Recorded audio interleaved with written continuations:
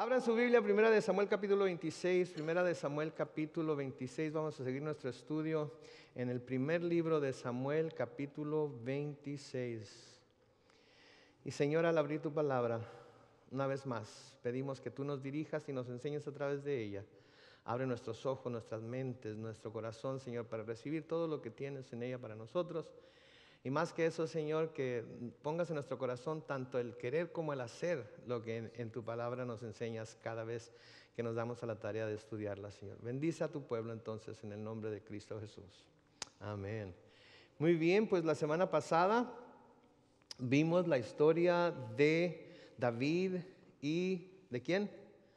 Abigail. ¿Se acuerdan? David y Abigail, la mujer de Nabal, aquel hombre necio que no quiso ayudar a David, que no quiso de alguna manera recompensar a David por el gran trabajo que él había hecho en cuidar a sus ovejas, en cuidar sus ganados, en cuidar sus pastores. Y vimos lo que sucedió, ¿verdad? Que la esposa de Nabal, Abigail, sí fue y le dio a David algo de comida para sus hombres en muestra de gratitud por lo que habían estado haciendo a través del tiempo que pasaron con ellos.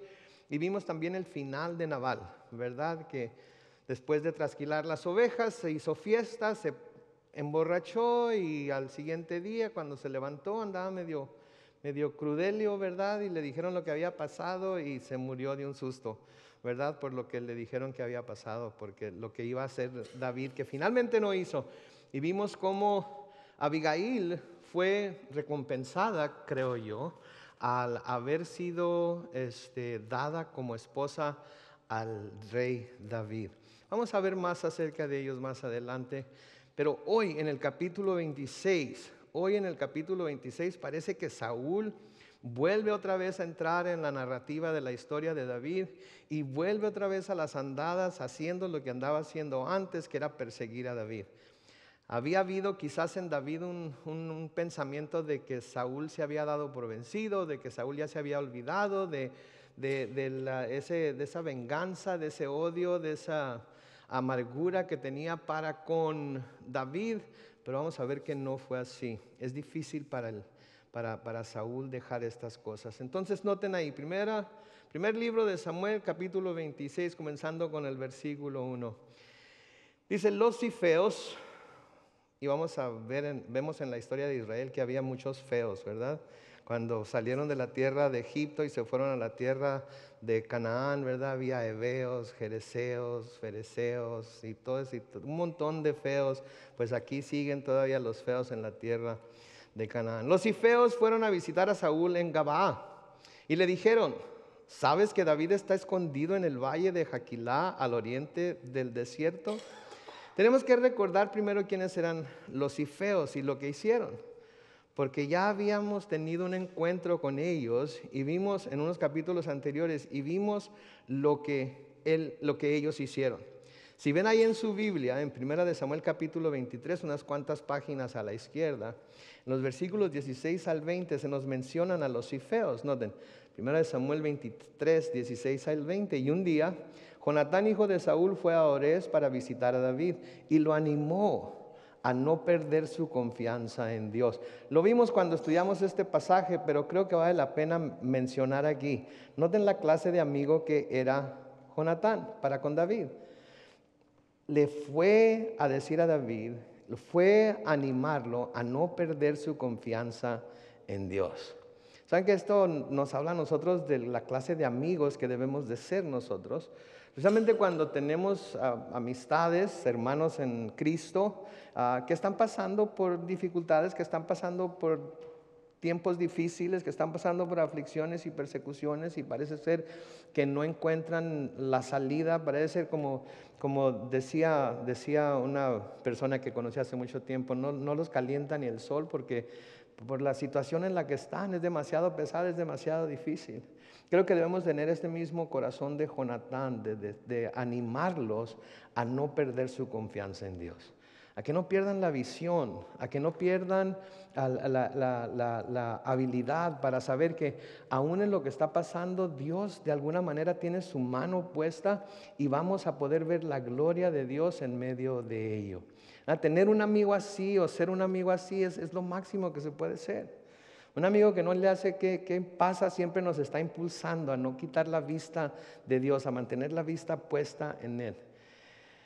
Que le hablamos y le decimos y le explicamos y preguntamos y está dispuesto o dispuesta a escuchar, a llorar con nosotros, a dolerse con nosotros, pero luego a buscar enfocar nuestra vista en Dios. Creo que eso es lo que debemos hacer nosotros también como cristianos con nuestros hermanos y hermanas. No le hace que estén pasando, a lo mejor no lo entendemos, a lo mejor es difícil para nosotros tratar de ver, ¿verdad?, la situación como está claramente, pero es algo que debemos hacer siempre. Animar a nuestros hermanos, nuestras hermanas a no perder su confianza en Dios. Versículo 17 de 1 Samuel 23 dice, le dijo, no tengas miedo, David, que mi padre no va a encontrarte. Jonatán está hablándole aquí a David y le dice, yo estoy seguro de que tú vas a ser rey de Israel y de que yo seré el segundo en importancia. Los que hemos leído la historia hasta el final sabemos que lo primero fue cierto, lo segundo no fue cierto porque Jonatán murió juntamente con su padre, ¿sí? Entonces, Jonatán quizás estaba sintiendo en su corazón, quizás estaba sintiendo que eso era lo que el Señor le estaba diciendo, pero vamos a ver que no es así. Y a menudo tenemos cosas que sentimos que el Señor nos dice y a veces las tomamos como que son tal y como sentimos que nos está diciendo, pero luego cuando las cosas salen diferentes, nos desanimamos, ¿verdad? Y creo yo que a veces somos nosotros mismos los que tenemos deseos en nuestro corazón de que las cosas sucedan como queremos que sucedan. Y luego cuando no suceden, preguntamos, Señor, ¿pero por qué? Si tú me dijiste, si tú me dijiste. Y tenemos que preguntarnos, ¿en realidad el Señor nos dijo? ¿O es el deseo de nuestro corazón que las cosas sucedan así? ¿Verdad? Entonces tenemos que tener mucho cuidado cuando decimos el Señor me dijo. Y tenemos que tener más cuidado cuando le decimos a otra persona, el Señor me dijo que esto iba a pasar. ¿Saben que cuando una persona dice el Señor me dijo que te dijera que esto iba a pasar así y lo que sucedió es lo contrario o no pasó como se dijo, a eso es a lo que se le llama un profeta falso? Y saben lo que se hacía con los profetas falsos en el Antiguo Testamento, ¿verdad? ¿Saben? Se apedreaban, ¿verdad? ¿Por qué? Porque hacían las veces de hablar por Dios, pero eso no era lo que Dios decía. Entonces tenemos que tener mucho cuidado. Cuando vamos con alguien le decimos, Dios me dijo. ¿Sí? Tenemos que tener mucho cuidado. Y cuando sentimos nosotros que Dios nos está diciendo algo, lo mejor que podemos hacer es ir a las Escrituras y devorarnos las Escrituras para que el Señor nos confirme por medio de las Escrituras que eso es lo que está diciéndonos que va a hacer. Entonces aquí Jonatán le pega a la primera parte de lo que dijo, ¿sí? Yo estoy seguro de que tú vas a ser el rey de Israel. Pero luego lo siguiente no sucedió y de que yo seré el segundo en importancia. Eso, noten lo que dice, hasta Saúl mi padre lo sabe. Y después de que los dos hicieron un pacto delante del Señor, David se quedó en Orés y Jonatán se regresó a su casa. Pero los habitantes de Zif fueron a Gabá para decirle a Saúl, David está escondido en nuestras tierras, en las peñas de Oreb, y más exactamente en la colina de Jaquilá, al sur del desierto. Si su majestad se da prisa, nosotros lo pondremos en sus manos para que su majestad cumpla con él sus propósitos. Entonces vemos ya que los zifeos ya habían tenido esta oportunidad de entregar a David antes y no perdieron tiempo en hacerlo, no perdieron tiempo en ir con Saúl y decirle, ¿sabes qué? Está ahí en nuestras tierras, sabemos exactamente dónde está, nosotros conocemos muy bien esas tierras, así es que si quieres y te apuras, podemos entregarlo en tu mano. Ahora, una vez más, saben que David está en sus tierras y van y le dicen a Saúl que ese es el caso. Versículo 2. Saúl se levantó y fue al desierto de Zif en busca de David y se llevó consigo a 3,000 de sus mejores soldados. ¿Se acuerdan cuántos hombres traía David? 600. ¿Cuántos soldados lleva Saúl? 3,000. Quiere decir que por cada uno de David, ¿cuántos lleva Saúl? Échenle pluma, échenle pluma. 5, ¿verdad? 5, creo que 5. Sí, alguien que saque su teléfono inteligente y saque la cuenta, por favor. Y si me equivoqué, que por favor me diga. Pero el caso es que Saúl llevaba muchos más hombres de los que David tenía. Sí, una vez más mostrando que Saúl estaba ahí dispuesto a ir a los extremos, ¿sí?, para deshacerse de David. Hay una palabra en inglés que se llama overkill, se dice overkill.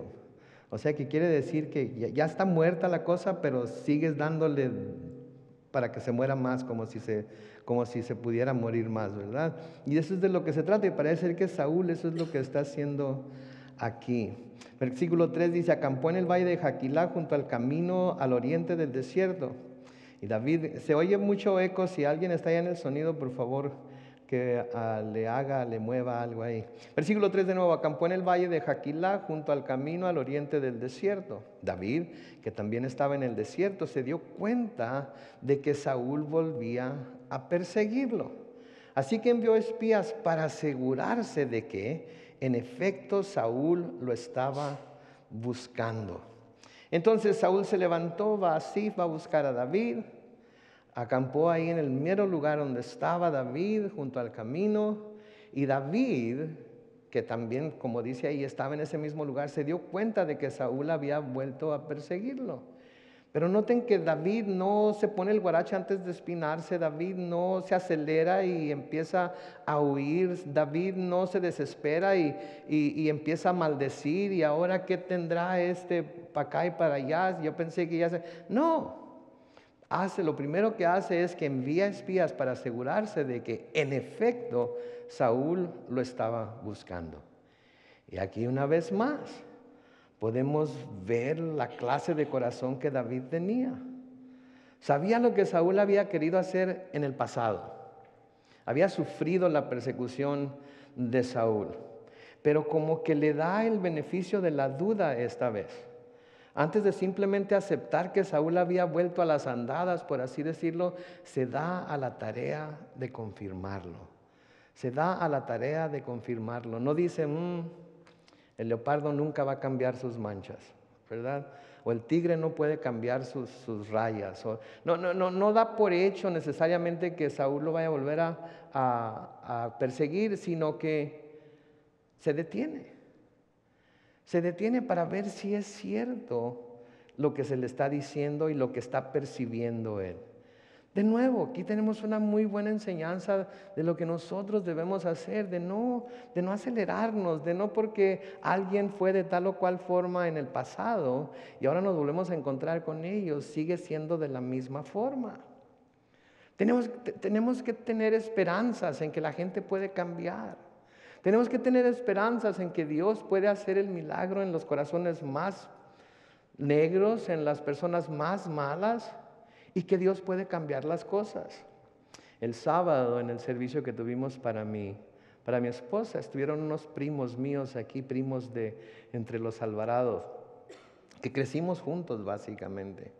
Y estábamos platicando y uno es pastor en una iglesia aquí en el condado del norte, el otro trabaja, creo, para una organización deportiva. Y estábamos hablando acerca de lo grande que es Dios y de cómo las oraciones de mis abuelitos habían sido contestadas por Dios al verme aquí ungiendo como pastor, etcétera, etcétera. Y yo les dije que le doy gracias a Dios de lo que Pablo les dice a los romanos, ¿verdad? Que los dones y el llamamiento de Dios son irrevocables. Sí, los dones y el llamamiento de Dios son irrevocables. Podemos apartarnos de Dios quizás por un tiempo, pero cuando volvemos a Dios, Dios no nos hace ir a comenzar de cero otra vez, sino que donde nos apartamos, ahí nos toma de nuevo, ahí nos pone y ahí empieza a usarnos. Y les dije, porque pónganse a pensar, nadie en la familia Alvarado alguna vez se imaginó que yo, Carlos Manuel Alvarado Armendáriz, para servirles, un día iba a ser pastor. Con el historial que tenía, nadie se lo imaginó y los dos se rieron. ¿Saben por qué se rieron? Porque es cierto, nadie se lo imaginó jamás. Yo nunca me lo imaginé. ¿Sí? Mis primos que crecieron toda su vida en un hogar cristiano y siempre caminaron con el Señor y siempre le sirvieron al Señor. Hasta ahorita no sé de ninguno de mis primos que se haya apartado de los caminos del Señor. serio. La mayoría de ellos son pastores en algún lugar o de alguna iglesia.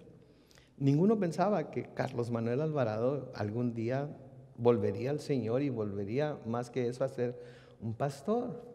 Pero mis hermanos, tenemos que darle a la gente el beneficio de la duda. Y tenemos que creer y tener esperanzas en que Dios pueda hacer un milagro en las personas que nosotros pudiéramos darnos por vencidas al verlos y pensar, este nunca va a cambiar. Este nunca va a cambiar. Y creo que aquí David muestra ese tipo de corazón, un corazón que nosotros como cristianos debemos tener también. Aun cuando alguien se porte como nosotros creemos que no lo debe hacer, debemos siempre creer en que Dios puede cambiar el corazón de esa persona y por ende podemos ver que su comportamiento también cambia. Y ya como nos sorprendemos cuando eso sucede, ¿verdad? Todo me imaginé menos que tú fueras a cambiar tu manera de pensar en cuanto a Cristo. Todo me imaginé menos que tú fueras a cambiar tu manera de actuar en esta área o en aquella área. Todo me imaginé menos eso. Y la cosa es que Dios está obrando. Si estamos orando por las personas, Dios está obrando en ellas, Dios está haciendo algo en ellas. Y podemos esperar, quizás mientras estamos aquí en la tierra, ver el cambio en ellos. Y quizás no, como mis abuelos, ellos no alcanzaron a ver el cambio. Pero cuando llegue al cielo y los sorprenda, se van a poner bien contentos porque se van a dar cuenta que sus oraciones funcionaron. Sí, entonces solo porque alguien nos viene y nos dice que fulano de tal ya volvió a las andadas, eso no quiere decir que lo demos por hecho. Antes de juzgar el caso, vamos a buscar confirmar, como David lo hizo aquí, que lo que se nos está diciendo sea cierto. Pero a menudo nuestra reacción es, pues sí, ¿qué más se podía esperar? Pues sí, eso es lo que vimos siempre, eso es lo que mostró siempre y pues tenía que ser. ¿Sí? David tenía razón en pensar que quizás Saúl había vuelto a querer aprenderlo y matarlo. Pero también David tenía razón para pensar que quizás había sido lo contrario. Porque debemos recordar lo que pasó la última vez que David y Saúl se enfrentaron. ¿Se acuerdan cuándo fue que la última vez que vimos que David y Saúl se enfrentaron? No.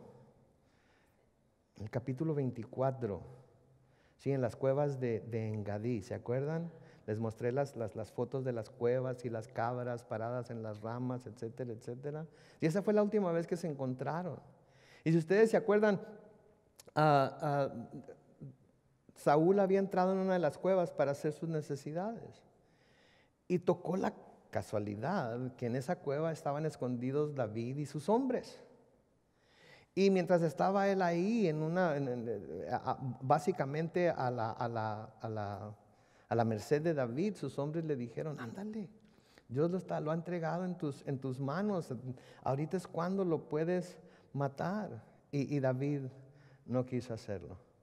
Cuando Saúl solamente le corta un pedazo de su vestido, ¿se acuerdan?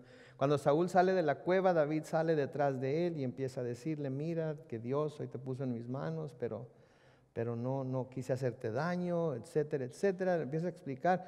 Y ahí en 1 Samuel 24, en los versículos 16 al 22, y dan una vuelta a la izquierda en sus Biblias otra vez. Se nos dice ahí, cuando David terminó de hablar, Saúl dijo, ¿acaso no eres tú quien habla, David, hijo mío? Y en ese momento Saúl lloró y enseguida dijo, tú has actuado con más justicia que yo porque me has tratado con bondad, mientras que yo te he tratado mal. ¿No te parece ser que Saúl está reconociendo su maldad, está reconociendo su pecado, está reconociendo su manera tan errónea de actuar para con David? Versículo 18, hoy me has demostrado que eres un hombre bueno. Saúl diciéndole a David, porque el Señor me puso en tus manos y no me mataste, reconociendo que lo que David le estaba diciendo era verdad. Versículo 19, ¿quién pudiendo matar a su enemigo lo deja ir sano y salvo? Que el Señor te bendiga por lo que hoy hiciste conmigo. Yo entiendo, noten por favor, versículo 20, yo entiendo que tú vas a ser rey de Israel y que bajo tu mando el reino de Israel será firme y estable. Júrame entonces delante del Señor que no eliminarás a mis descendientes ni borrarás el nombre de mi familia. Y David se lo juró a Saúl. Y entonces Saúl regresó a su casa y David y sus hombres se fueron a la fortaleza. Yo creo que aquí al ver y escuchar lo que Saúl estaba haciendo, David pensó, ok, aquí se acabó la historia de mi persecución, aquí se acabó el Saúl que estaba siendo tan vengativo y que estaba tan amargado contra mí, aquí se acabó la riña que él tenía para conmigo y ahora me va a dejar en paz y voy a poder seguir adelante con mi vida. ¿Sí? Entonces, por eso creo yo que David no está convencido de que Saúl ha vuelto a las andadas y por eso envía espías para asegurarse de que en efecto Saúl lo estaba buscando. Sí, asegurarse antes de juzgar, antes de tratar de condenar, antes de decir no, el leopardo no puede cambiar sus manchas, Saúl es Saúl y siempre va a seguir así. No, le da el beneficio de la duda, por si acaso pudiera haber cambiado. Versículo 5, noten lo que sigue diciendo. Entonces se dispuso a ir donde Saúl estaba acampando. Y luego de examinar el lugar, vio dónde dormían Saúl y Abner, hijo de Ner. Mantengan el nombre de Abner en sus mentes porque lo vamos a ver muy seguido en los capítulos siguientes. Que era el general de su ejército. Noten, y Saúl dormía en el campamento y el ejército acampaba a su alrededor. Entonces imagínense ustedes la tienda de Saúl, que de alguna manera estaba marcada por alguna bandera o algo en el centro, ¿verdad? Y por estar en el centro, todas las demás tiendas de todos los demás soldados estaban a su alrededor. ¿Con qué objeto? Con el objeto de guardar la vida, cuidar la vida, proteger la vida del rey que era Saúl. Y hasta allá va David y va con uno de sus hombres. Noten el versículo 6. Entonces David le preguntó a Litita Ahimelech y a Abisai, hijo de Zerullá, que era hermano de Joab, ¿quién me acompaña al campamento de Saúl? Y Abisai dijo, yo voy contigo. Un par de observaciones aquí. Todos estaban dormidos. David tenía 600 hombres. ¿No hubiera podido tomar a esos 600 hombres y agarrar al campamento por sorpresa y matar a un montón de los soldados de Saúl y luego atacar la tienda en donde estaba Saúl? Pero noten que David no hace eso. Es curioso ver cómo, es curioso cuando leo estas cosas, se me antoja que es curioso ver cómo David nunca trata de tomar la ventaja sobre el que se ha declarado su enemigo. Nunca trata de agarrarlo, como decimos en Mexicali, mal parqueado. ¿Sí? Siempre quiere ser, ¿cómo es la palabra? Quiere ser compasivo. Quiere creer que de alguna manera no tiene que llegar a los extremos a los que está llegando Saúl. Y aquí nada más habla con dos hombres, Ahimelech y Abisai. Y pregunta, ¿quién me acompaña al campamento de Saúl? Ahora, si yo soy Ahimelech o Abisai, y David me está diciendo, ¿quién de ustedes me acompaña al campamento de David? Viendo que su tienda está en medio y está rodeada de las tiendas de los otros soldados. Yo creo que yo no hubiera dicho, yo voy contigo. En serio. Yo creo que yo no hubiera dicho eso. Sin embargo, aquí vemos también la capacidad de David para liderar. La capacidad de David para liderar, porque sus hombres lo veían como un hombre de acuerdo al corazón de Dios. Sus hombres lo miraban como un hombre que siempre estaba dispuesto a hacer lo correcto delante de Dios, que siempre estaba dispuesto a honrar a Dios con su comportamiento, con su manera, etcétera, etcétera. Excepto cuando se le atravesó Nabal, ¿verdad? Ahí sí como que perdió, se deschavetó ahí por un rato, ¿verdad? Pero volvió otra vez, ¿sí? Y ellos están dispuestos a ir con él. De nuevo vamos a ver historias más adelante acerca de lo que los hombres de David estaban dispuestos a hacer por él, precisamente por la clase de hombre que David era. ¿Sí? Porque estaba dispuesto él también a liderar a sus hombres en una manera en la que siempre les mostró el camino correcto a seguir. Y les pregunta y Abisai dice, yo voy contigo, yo voy contigo. Y noten aquí cómo David no se muestra como alguien que está siendo perseguido, sino como alguien que tiene confianza en lo que está haciendo. Se ve más seguro de sí mismo, tan seguro que está dispuesto a ir hasta el campamento del mismo rey para ver qué es lo que está pasando. Como que se ha dado cuenta de que Dios le había ungido como rey, de nuevo le ha confirmado que Dios lo había ungido como rey de Israel, y como que todavía y aunque todavía, o porque todavía no era el rey, él confiaba en que Dios no dejaría que le pasara nada.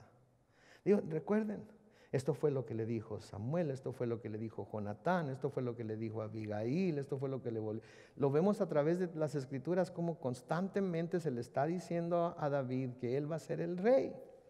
¿Sí? Entonces en David no hay ninguna duda en cuanto a esto. Confiaba en que Dios no dejaría que le pasara nada porque Dios le había prometido que iba a ser rey de Israel. Y quiero que sepan, mis hermanos, que cuando Dios se propone hacer algo, no hay quien o qué le pueda estorbar. Él va a llevar a cabo sus propósitos, pase lo que pase. ¿Sí? Y por eso debemos estar seguros de que cuando decimos el Señor me dijo, etcétera, etcétera, sea exactamente lo que el Señor dijo. Porque si el Señor dijo, entonces lo que el Señor dijo se va a llevar a cabo y nada ni nadie lo va a estorbar. ¿Sí? Nada ni nada. Si algo lo estorba, si algo saca del camino que nosotros pensábamos que esta situación debería tomar, si alguien o si algo de alguna manera cambia el resultado, quiere decir que Dios no había dicho lo que nosotros pensábamos que había dicho o lo que se nos había dicho que Dios había dicho. Porque Dios no se equivoca. Y si Dios dice que va a hacer algo, lo va a llevar a cabo 100% del tiempo. Entonces a David se la estaba confirmando constantemente que esto iba a ser. De nuevo, el capítulo pasado vimos la historia de David y Abigail, y Abigail también le había dicho que iba a ser rey de Israel. Y quizás esas palabras que acababa de escuchar de parte de Abigail le habían dado una nueva confianza, le habían dado un nuevo aliento, y estaba dispuesto a ir a ponerse enfrente del enemigo sin ningún temor. ¿Sí? Noten lo que Abigail le dice ahí en una página hacia la izquierda de nuevo, en 1 Samuel 25, los versículos 29 al 31. Noten lo que Abigail le dice: aun si alguien te persigue y trata de matarte, tu vida está unida a los que viven conforme a la voluntad del Señor tu Dios. Él destruirá a tus enemigos y los arrojará lejos con la facilidad con que se arroja una piedra con la honda. Digo, ¿puede ser más específica Abigail en lo que Dios está dispuesto a hacer de parte de David? ¿Sí? Ahora, y aquí es en donde entramos a veces en problemas cuando vemos promesas de Dios que nos queremos adjudicar para nosotros mismos, pero eran para ese tiempo, para esa persona, para esa situación única y exclusivamente. Esto es muy directo.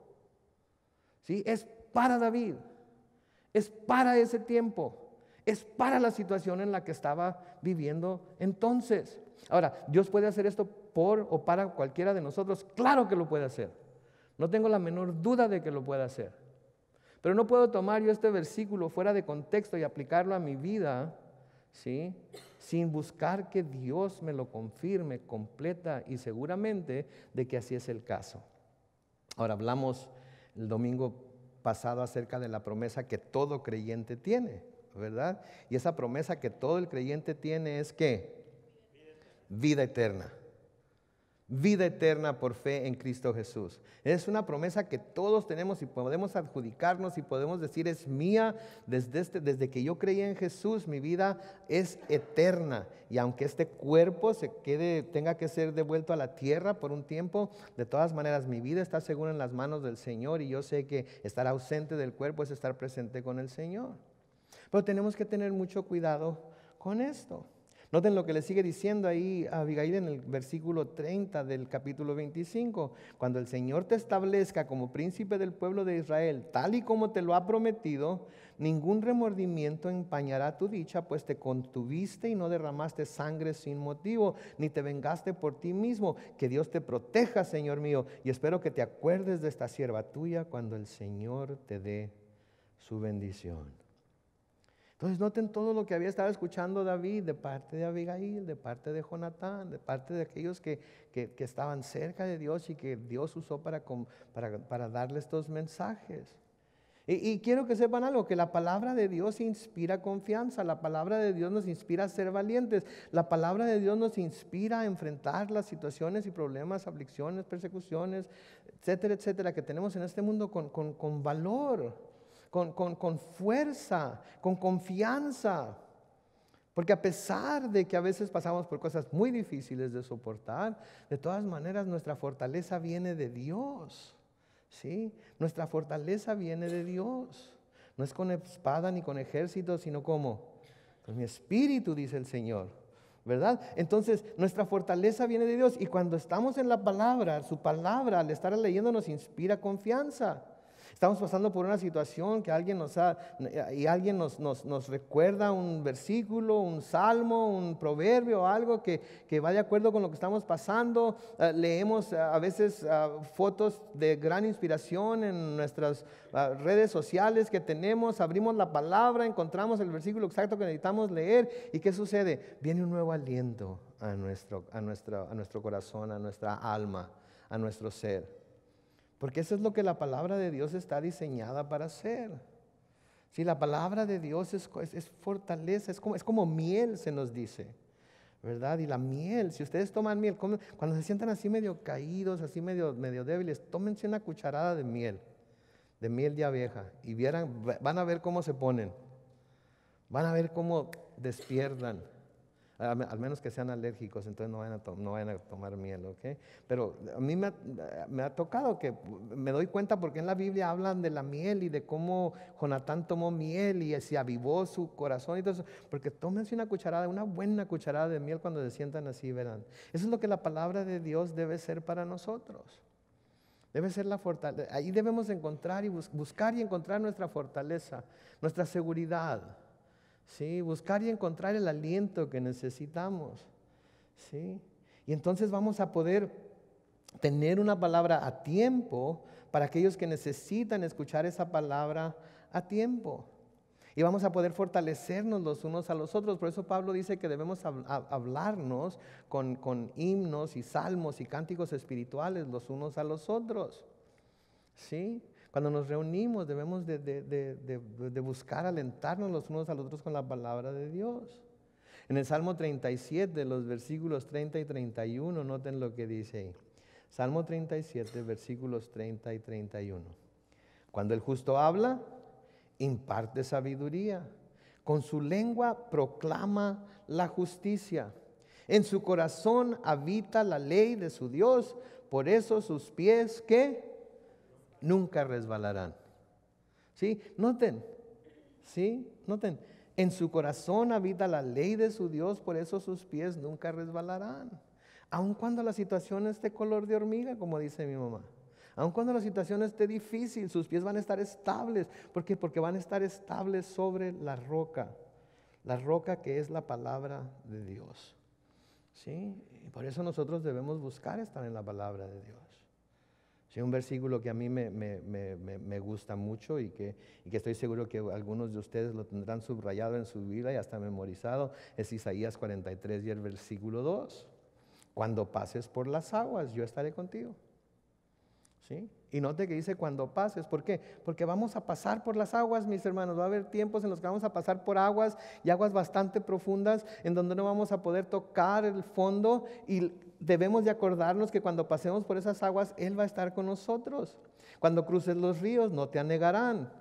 Sí, no te van a llevar, la corriente no te va a llevar, no te vas a ir con la corriente, vas a estar sólido, vas a estar firme. ¿Por qué? Porque yo estoy contigo.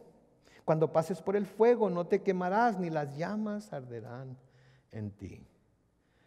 Me recuerda aquellos jóvenes que echaron al horno ardiendo, ¿se acuerdan ustedes? Y que lo calentaron, ¿cuántas veces? 7 veces más de lo normal.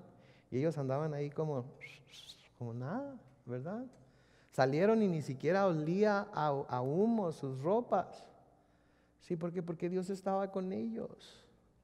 Sí, eso es lo que la palabra de Dios nos dice. El profeta Isaías, de nuevo en Isaías 40, los versículos 29 al 31. El Señor da fuerzas al cansado. ¿Están cansados?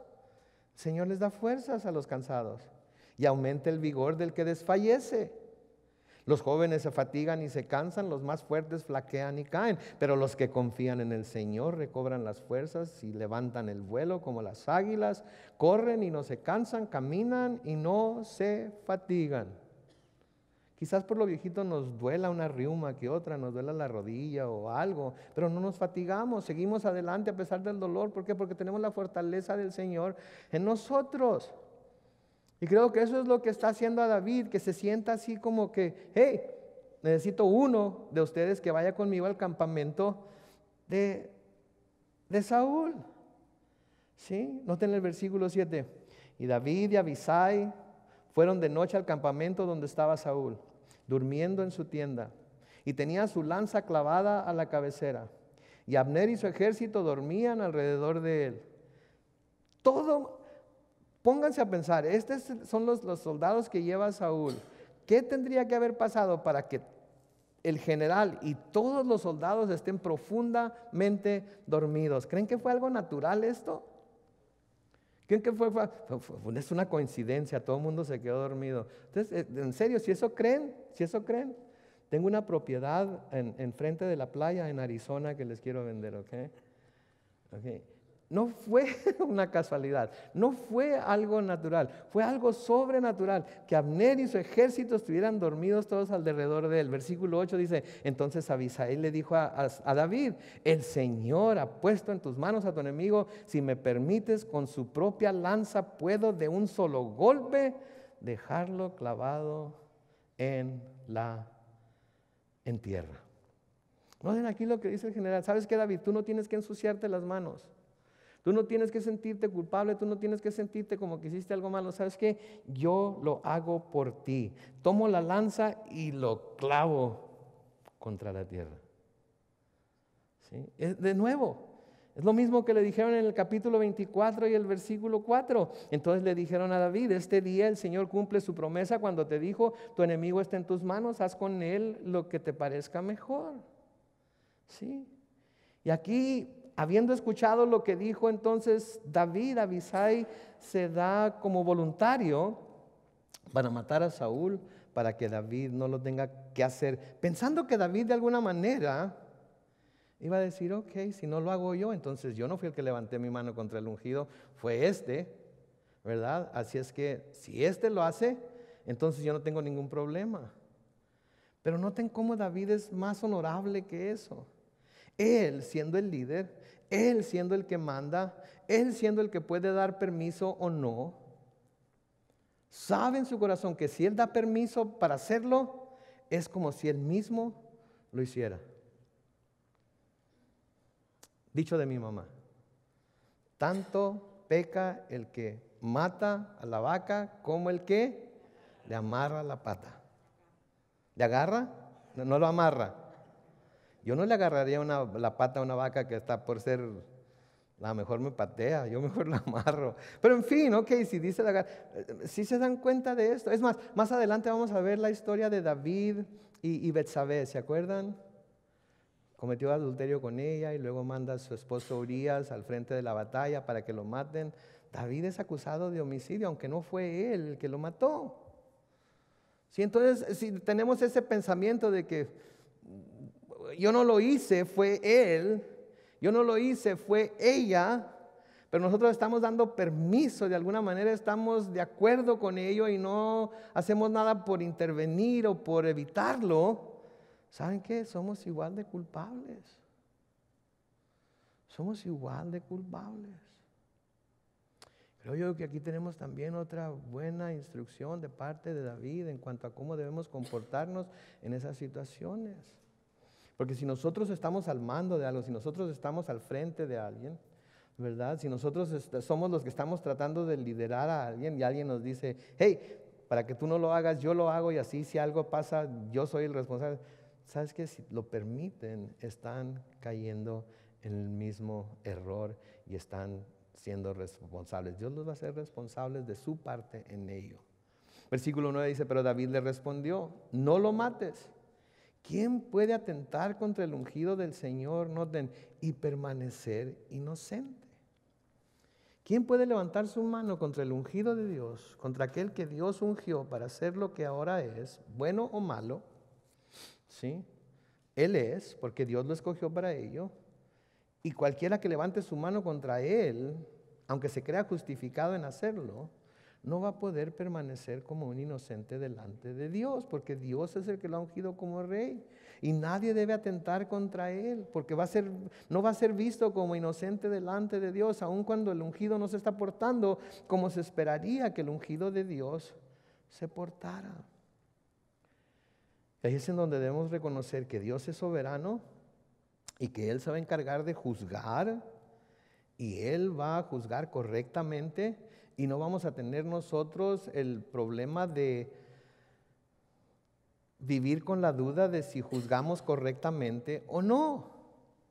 ¿Alguna vez han hecho un juicio con sus hijos, con su cónyuge, con algún compañero de trabajo, y después se dan cuenta que la regaron completamente porque malentendieron, y luego ahí andan como que, y mejor no, ¿verdad?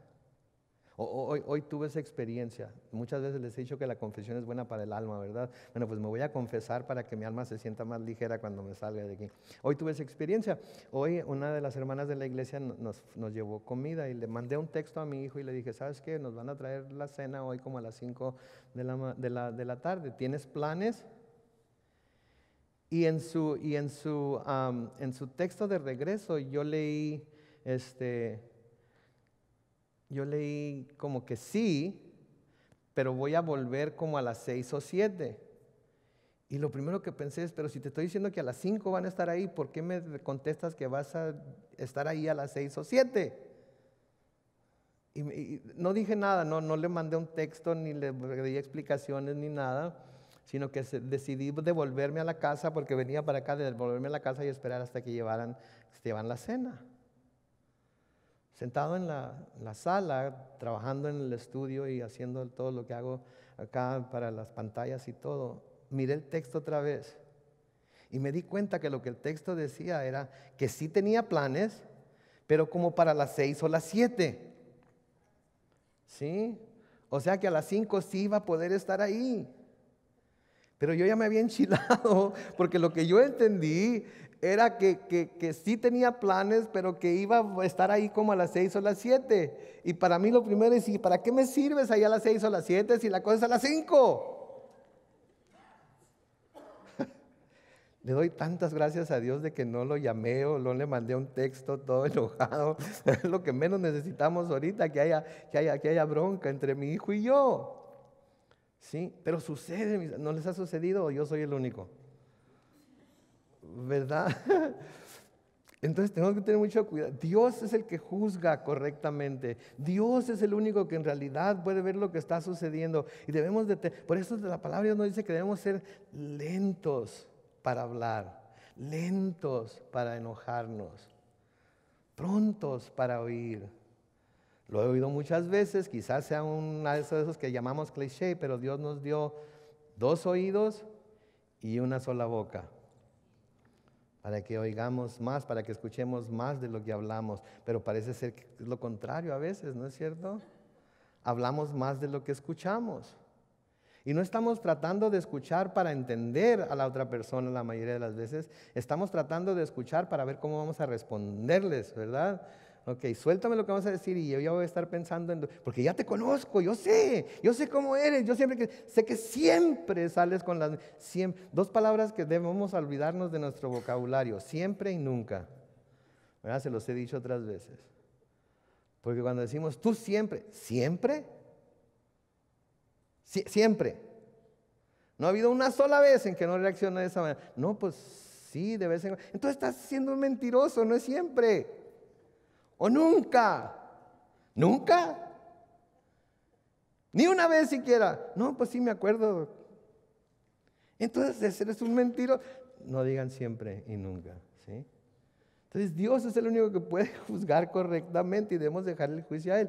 Noten el Salmo 75, los versículos 6 y 7. El Salmo 75, los versículos 6 y 7 dice: el juicio no viene del este ni del oeste, ni del desierto ni de las montañas. Versículo 7, el juicio proviene de mí.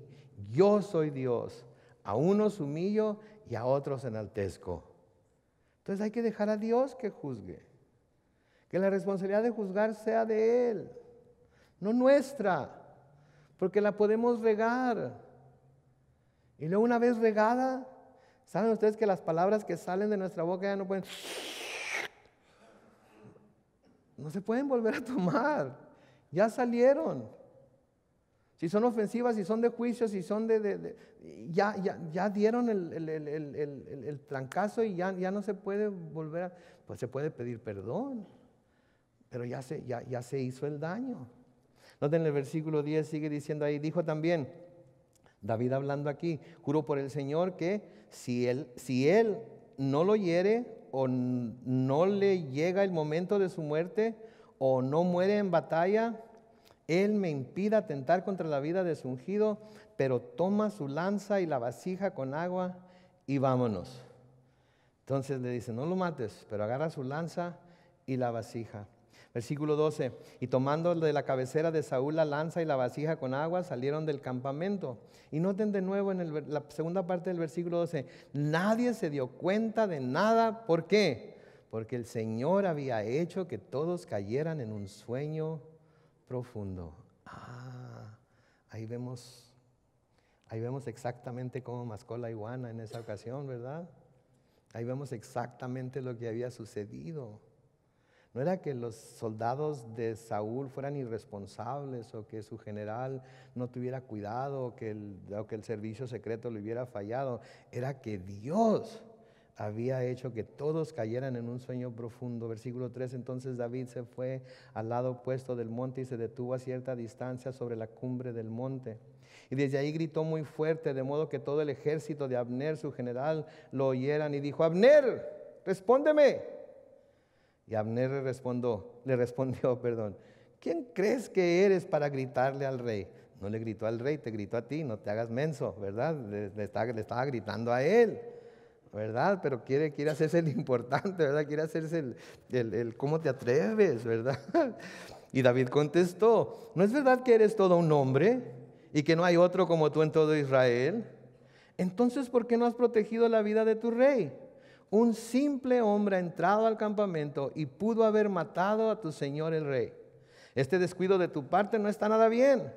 Juro por el Señor que mereces la muerte, pues no has sabido proteger al rey, que es el ungido del Señor. Compruébalo por ti mismo. ¿Dónde está la lanza del rey y la vasija con agua que estaba en su cabecera? Y me imagino que aquí este camarada haber vuelto hacia donde estaba la lanza y la vasija de agua y queriendo verla y pues no estaba ahí. Luego noten el versículo 17. Saúl reconoció la voz de David y dijo, pero si esa es tu voz, David, hijo mío, otra vez.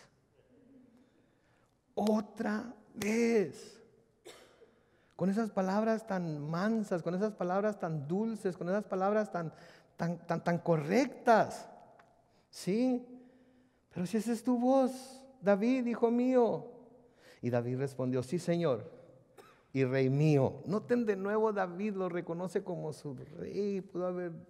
No tenía por qué hacerlo. Por favor, dense cuenta de eso. No tenía por qué hacerlo, pero lo reconoce como su rey. ¿Sí? Esta es mi voz, versículo 18. Y enseguida le preguntó, ¿por qué persigue mi Señor a este siervo suyo? ¿Qué es lo que he hecho? ¿Qué mal he cometido? Le ruego a mi Señor que se digne escuchar mis palabras. Si el Señor lo ha puesto en mi contra, seguramente aceptará una ofrenda de mi parte. Pero si es algo provocado por alguien, que el Señor mismo maldiga a quienes me han obligado a vivir fuera de la tierra que el Señor nos ha dado y me hacen servir a dioses ajenos. Versículo 20, David sigue hablando aquí. Dice, si voy a morir, que mi sangre no caiga lejos de la presencia del Señor. Su majestad, el rey de Israel, anda en busca de una pulga, como quien persigue una perdiz por el monte. Y luego noten el versículo 21, por favor. Entonces Saúl le dijo, David, hijo mío, noten estas palabras, reconozco que he pecado. ¿Sigan lo que dice Saúl aquí? Reconozco que he pecado. Sabe que está haciendo mal. Sabe que ha pecado contra David. Sabe que ha pecado contra Dios. Y luego dice, regresa conmigo. Nunca más te haré daño, puesto que has tenido mi vida en alta estima. Por el contrario, yo he actuado como un necio, he cometido un gran error. Noten lo que le dice aquí, reconozco mi pecado. Estoy de acuerdo en que mi comportamiento es un pecado, en que mi comportamiento está fallando al blanco que Dios me ha puesto como mi llamamiento, como mi encargo, que es ser el rey de Israel, un rey que obre de acuerdo a la voluntad de Dios. Eso es lo que pecado significa, ¿sí? El fallarle al blanco. Dios nos ha puesto un blanco de santidad. Y nuestra vida está constantemente fallando a ese blanco. Y para poder estar bien con Dios, tenemos que no dejar de fallar al blanco, porque mientras estemos en estos cuerpos vamos a seguir fallándole al blanco. Pero tenemos que volvernos a Dios por fe en Cristo, para que la justicia de Cristo nos sea impuesta a nosotros. Sí, porque aquel que no conoció pecado lo hizo pecado por nosotros, para ahora nosotros ser hechos la justicia de Dios. En Cristo entonces estamos dándole al blanco 100% del tiempo. Fuera de Cristo somos seres humanos comunes y corrientes que pecan y no tienen ni la menor habilidad para saber que lo están haciendo, y cuando saben que lo están haciendo no hacen nada para corregirlo. En Cristo pecamos y el Espíritu Santo de Dios nos convence de ese pecado y nos lleva al arrepentimiento y nos lleva a postrarnos delante del Señor y decir: Señor, perdóname, la regué otra vez, por favor lávame con tu sangre preciosa, dame la habilidad, Señor, para vivir por ti de este momento en adelante. Dame la fortaleza, Señor, para poder seguir viviendo una vida que te agrade a ti. ¿Sí? Y aquí Saúl reconoce su pecado. Y Saúl tenía varios pecados. Había desobedecido a Dios. Sí, se había rebelado, había sido obstinado contra la voluntad de Dios. Se había llenado su corazón de celos y de odio en contra de David, que no le había hecho nada malo. Todas esas cosas son pecado delante de Dios. Todas esas cosas es fallarle al blanco. Todas esas cosas Dios, porque las cometió y nunca se arrepintió de ellas, decidió que le iba a quitar el reino. Lo pueden ver en Primera de Samuel 13 acerca de la desobediencia. Primera de Samuel 15, 18 al 23, la rebelión y la obstinación de Saúl. En Primera de Samuel 18, 8 al 9, los celos y el odio que habían entrado en el corazón de Saúl, que lo estaban llevando a hacer lo que estaba haciendo. He actuado como necio, le dice. ¿Qué es ser necio?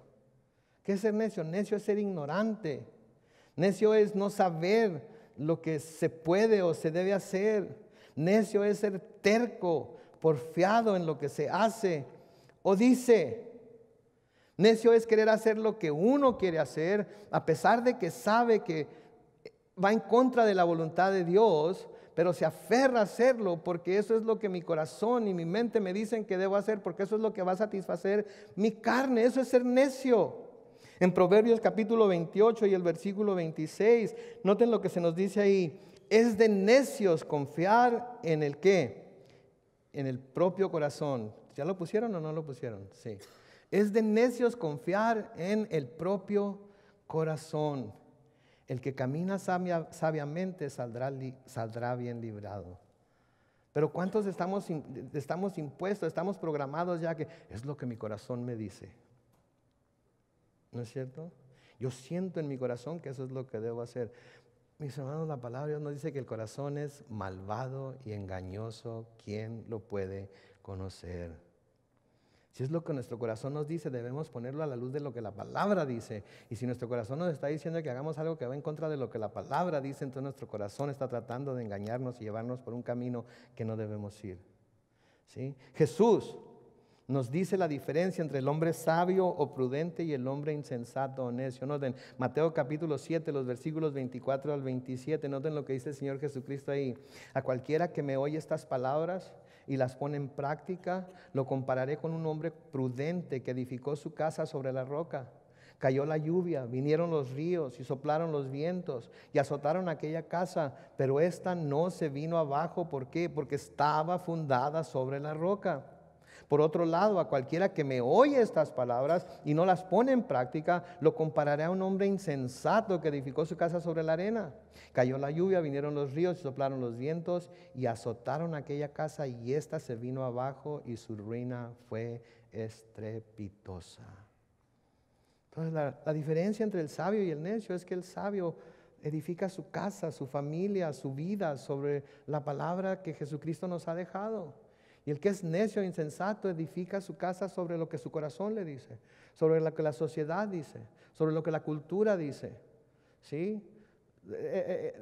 Eso no es ser sabio. Noten de nuevo que Saúl dice: he cometido un gran error. En otras palabras, está confesando que está pecando. ¿Sí? Está confesando reconociendo que está mal. ¿Sí? Pero no está dispuesto a arrepentirse de su pecado. No está dispuesto a dar marcha atrás, que eso es lo que quiere decir arrepentirse, darse una vuelta de 180 grados e ir en dirección opuesta a la que estaba yendo. Si ahorita está queriendo vengarse de David, al arrepentirse quiere decir que va a dar vuelta atrás a lo que está haciendo, va a dar una vuelta de 180 grados y va a dejar de querer vengarse de él, va a dejarlo en paz, va a dejar que Dios haga lo que tiene que hacer, y él se va a poner en las manos de Dios para que Dios haga con él lo que tiene que hacer. Versículo 22 dice: David le respondió: aquí está la lanza de su majestad, que venga a recogerla alguno de sus sirvientes, y que el Señor recompense a cada uno de nosotros según su justicia y lealtad. Noten, le está dejando a Dios que él haga lo que Dios únicamente puede hacer. Hoy el Señor puso tu vida en mis manos. Yo pondría otra vez, pero noten que no dice otra vez. Pero yo no quise atentar contra el ungido del Señor. Que así como tu vida ha sido muy valiosa para mí, también la mía sea para el Señor, y que Él me libre de todas mis aflicciones.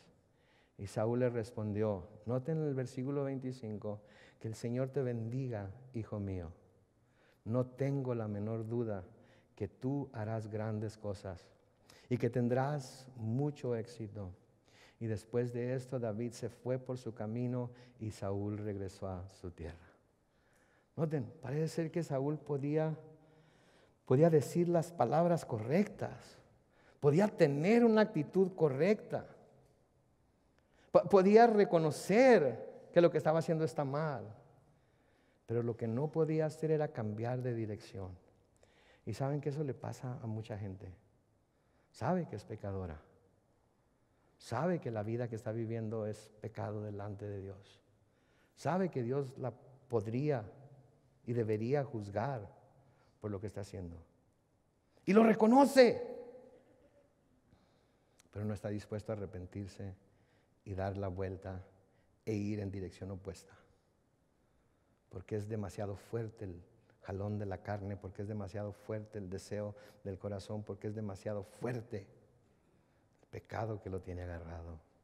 Y es una situación y es una posición en la que nadie, especialmente un cristiano, tiene que estar.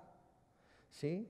Porque el apóstol Juan nos dice en Primera de Juan capítulo 1 y el versículo 9, lo digo muy seguido aquí en nuestra iglesia: si confesamos nuestros pecados, Él es fiel y justo para perdonar nuestros pecados y ¿qué más? Y limpiarnos de toda maldad. Si lo confesamos, si estamos de acuerdo con Él, ¿sí?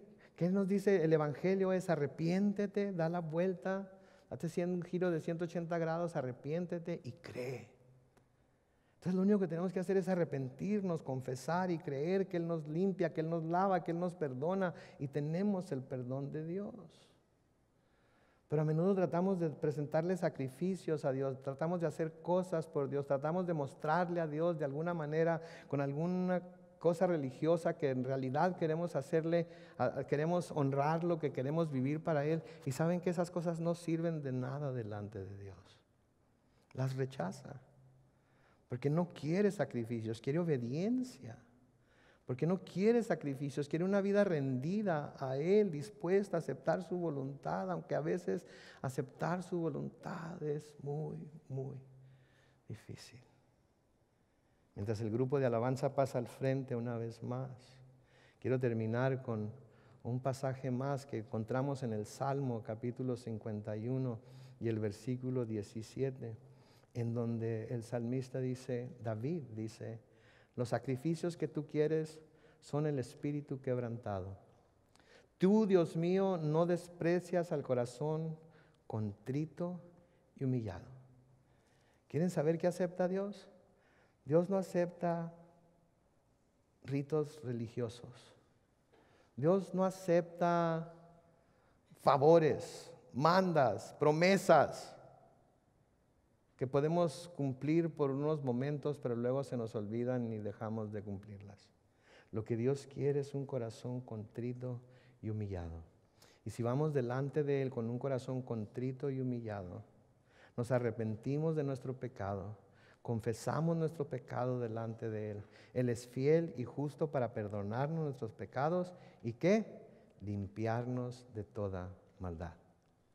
No lo merecemos. No lo merecemos. Es por gracia. Es por gracia por medio de la fe. No por obras para que nadie se gloríe. Él está dispuesto a hacerlo.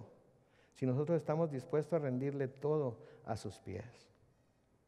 Y al cantar este canto que vamos a cantar ahorita, meditemos en ello. En lo indigno que somos de recibir el amor y gracia de Jesucristo, pero también en cómo nuestro Dios está dispuesto a darla, a ofrecerla, aun cuando muchos la rechazan, y nosotros debemos buscar con un corazón contrito y humillado aceptarla. Amén.